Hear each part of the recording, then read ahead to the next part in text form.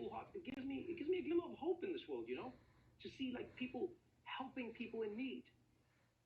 I mean, it is interesting though that Eastern Europe has been so willing and able to accept 1 million people coming into their countries in just a few days, when just recently, didn't seem to have any space for a different group of refugees. The humanitarian crisis in Europe continues to grow and increasingly expose fault lines, hundreds of thousands of refugees streaming in from Syria and elsewhere. But as the arguing continues, so does the suffering. As Europe struggles for a solution, refugees forced to zigzag from one country to another with no clear path. The EU has effectively paid Turkey to keep Syrians from getting to Greece. Poland has pledged to take in a number of the refugees, saying now that it is not going to do that. We will not be receiving migrants from the Middle East and North Africa in Poland. This is Hungary's solution to the flood of refugees pouring in. A 13-foot fence topped with razor wire, running about 115 miles along its border with Serbia. Police in riot gear told they can shoot rubber bullets at anyone who tries to cross. Hostility here in Hungary. Video shocking the world. The Hungarian camerawoman kicking that girl as she runs from police. And this, as a man runs by carrying a small child, she trips him and he falls to the ground. Hungary's Prime Minister Viktor Orban had a message for the migrants themselves. The moral human thing is to make clear, please don't come. That's really strange. When it's Syrians who are fleeing a war, it's all, we do not have space, do not come. But now there's space and people must come? What changed? I mean, when the Syrians needed refuge, even the camera crew was drop-kicking families. Yeah, but now Ukrainians are getting accommodation, they're getting visas, they're getting work benefits, which, by the way, is good. It is a good thing. But I'm just saying, where's their drop-kick? And look, we don't even have to speculate. We don't have to speculate about why they're treating Ukrainians so differently than refugees from Africa or from the Middle East. It's because the Prime Minister of Bulgaria, he came out and said it, right? He said, these are not the refugees we are used to. These people are Europeans. These people are intelligent. They are educated people. Yeah. It's kind of a shocking thing to say. But at the same time, I will say, I'm impressed that the Prime Minister of Bulgaria has found the time to get to know all 1 million refugees that have fled Ukraine in the past week. He must be very efficient at making small talk. So where you from? What you do? What you think? Aha, I like you. And please, don't get me wrong. Don't get me wrong here. I understand the arguments, right? I understand the arguments that these countries will make, right? That they have to think about how easy it is for refugees to integrate into their culture and society. I get that. I truly get that. It's just like it's easier for you to take in a family member who's in trouble than a random person who needs help. You know, like lots of kids got in one little fight with a couple of guys who were up to no good, but there's a reason Uncle Phil and Aunt Viv only took in Will. I get it.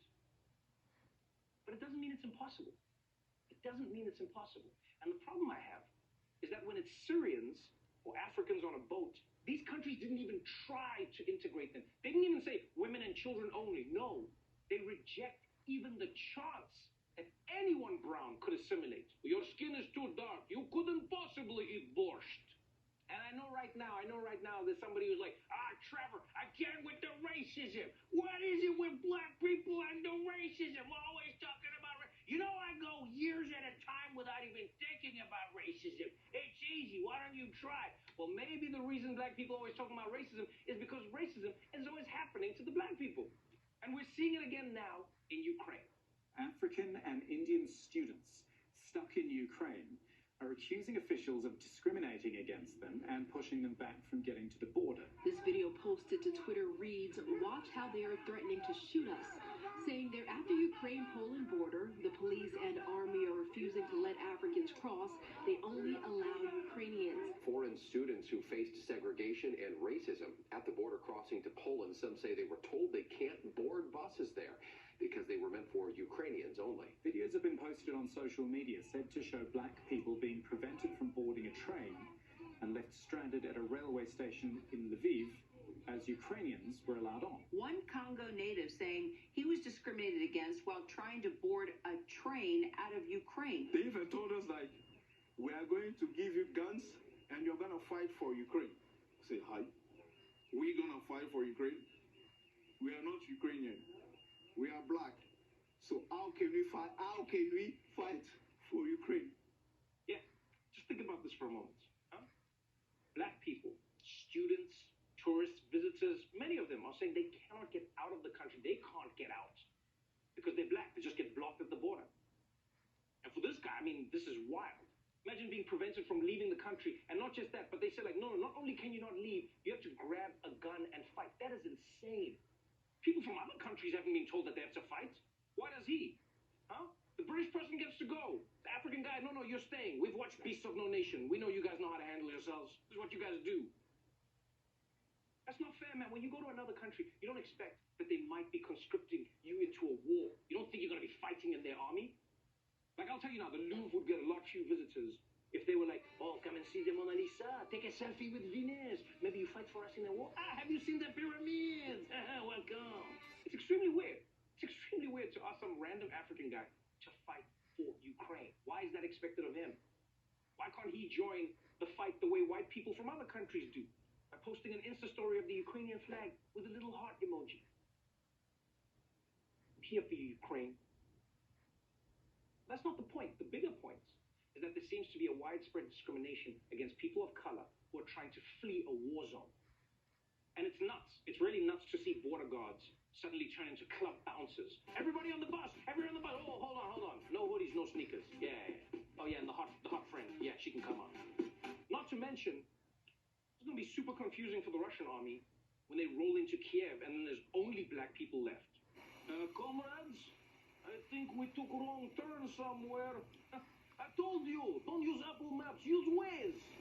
And look, I know because of these stories, there are many Africans and many Middle Easterners who are seeing these videos and they're like, you know what? Screw Ukraine. If they're going to be racist, Putin can take Ukraine and he can have Poland for desserts. For real, that's what a lot of people are saying. You can see it online. People are angry because they're like, how can you let racism get in the way of getting people out of the way of war? But I think rather than this being a moment to turn on each other, this refugee crisis should be a reminder that refugee is not a synonym for brown person. Anyone could become a refugee. It's a thing that happens to you. It's not who you are. And who knows? You know, maybe one day you might be a refugee. I hope it doesn't happen to you, but it could.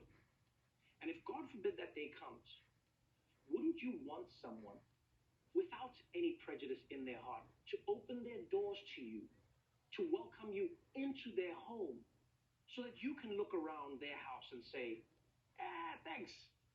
I think I could do better. All right, when we come back, Desi